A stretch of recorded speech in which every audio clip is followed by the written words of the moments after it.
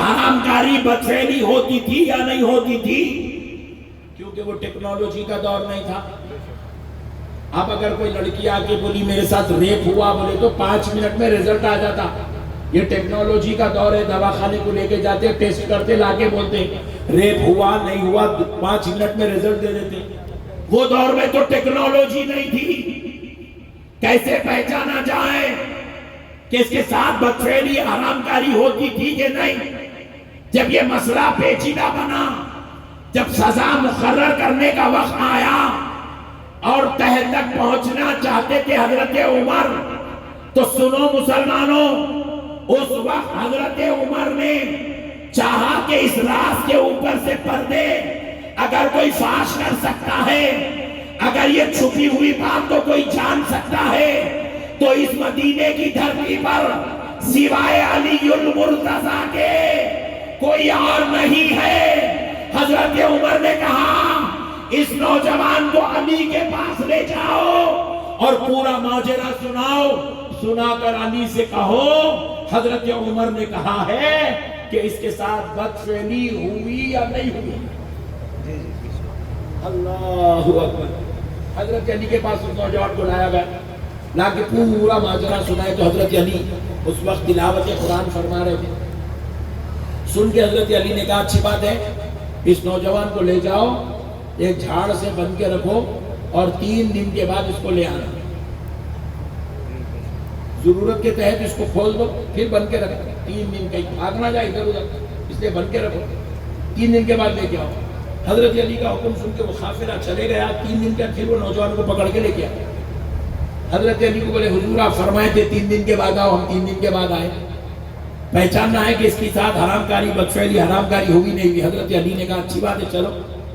3 دن کے بعد حضرت علی کیا کرے، وہ قبرستان کو گئے جہاں پہ وہ مالک کو دفن کرے تھے، قبرستان گئے جہاں مالک کو دفن کرے تھے، وہ مالک کی دفن کرے سے جگہ حضرت علی رضی اللہ تعالیٰ عنہ نے کہا اس خبر کو کھودو۔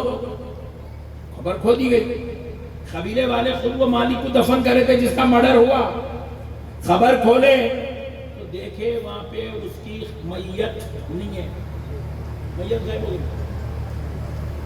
پورا قبیلہ پریشان ہوگا، پورے لوگ پریشان ہوگا، ارے بھائی ہم اپنے ہاتھوں سے گاڑے میت نہیں ہے، خالی خبر پڑی ہوئی نے گیا کہاں تھا، ٹینشن میں، اور اس کو 3 دن سے ہم بن کے رکھے ہوئے ہیں، انہیں بھی کچھ کرا نہیں، میت گئی کہاں، پریشانی کے عالم میں۔ حضرت علی نے کہا پریشان مت ہو، چلو واپس۔ آئے مدینہ منورہ حضرت عمر کے پاس، حضرت سیدنا علی المرتضیٰ نے کہا اے عمر اس نوجوان کے ساتھ بدفعلی ہوئی ہے، حرام کاری ہوئی ہے۔ تو حضرت عمر نے پوچھا علی یہ کیسے پہچانا گیا کہ اس کے ساتھ حرام کاری اور بدفعلی ہوئی؟ تو سیدنا علی المرتضیٰ نے کہا سنو عمر، اے لوگوں سنو، میرے مصطفیٰ نے مجھ سے ایک بار کہا تھا اگر کوئی شخص کوئی مرد کسی مرد کے ساتھ حرام کاری کرے گا، بدفعلی کرے گا، تو اس کا جنازہ 3 دن کے بعد اس کی خبر سے نکال کر لوٹیوں کی خبر میں منتقل کر دیا جائے گا۔ اس لیے مجھے وہ بات یاد تھی تو میں نے 3 دن کے بعد خبر کھدوائی، دیکھا کہ میت خبر میں ہے کہ نہیں ہے، خبر میں میت نہیں ہے تو میں نے پہچان لیا واقعی یہ لوٹی قوم کا تھا اور یہ بچے کے ساتھ بدفعلی اور حرام کاری کیا۔ پتا کیا چلا؟ بڑے بڑے اکابر صحابہ، شیخین کریمین، سید الصحابہ جیسی جلیل القدر ہستیوں کو جب کوئی مسئلہ درپیش ہوتا تو وہ بھی مسئلہ علی المرتضیٰ سے حل کروا لیا کرتے تھے۔ وہ بھی قوم کو علی کے پاس بھیجتے تھے جاؤ یہ مسئلے کا حل دنیا میں کہیں اور نہیں ہے تو وہ علی المرتضیٰ کے پاس ہے۔ اسی لیے تو میرے مصطفیٰ نے کہا تھا من کنت مولاہ فہذا علی مولاہ۔ پھر اس کے بعد نبی پاک نے کہا انا مدینۃ العلم وعلی بابھا، میں علم کا شہر ہوں، علی اس کا دروازہ ہے۔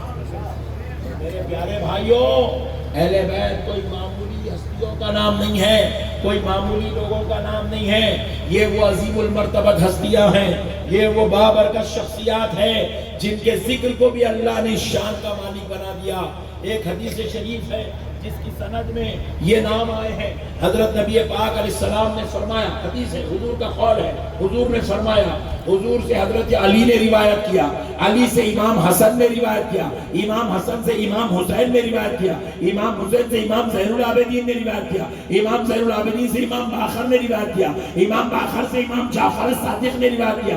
امام جعفر الصادق کے بعد ایک راوی ہے، وہ بیان کرتے ہیں کہ سنو، اس حدیث میں جو سند آئی ہے کہ علی، نبی سے علی نے روایت کیا، علی سے حسن نے، حسن سے حسین نے، حسین سے زین العابدین نے، زین العابدین سے باقر نے، باقر سے جعفر صادق نے. یہ اتنے مقدس نام ہیں، اگر ان ناموں کو پڑھ کر کسی دیوانے پر پھونک دیا جائے، اللہ اس کو ہمیشہ کے لیے شفا عطا فرمائے. اللہ اس کا مجنون پن، اس کا دیوانہ پن ختم کر دے.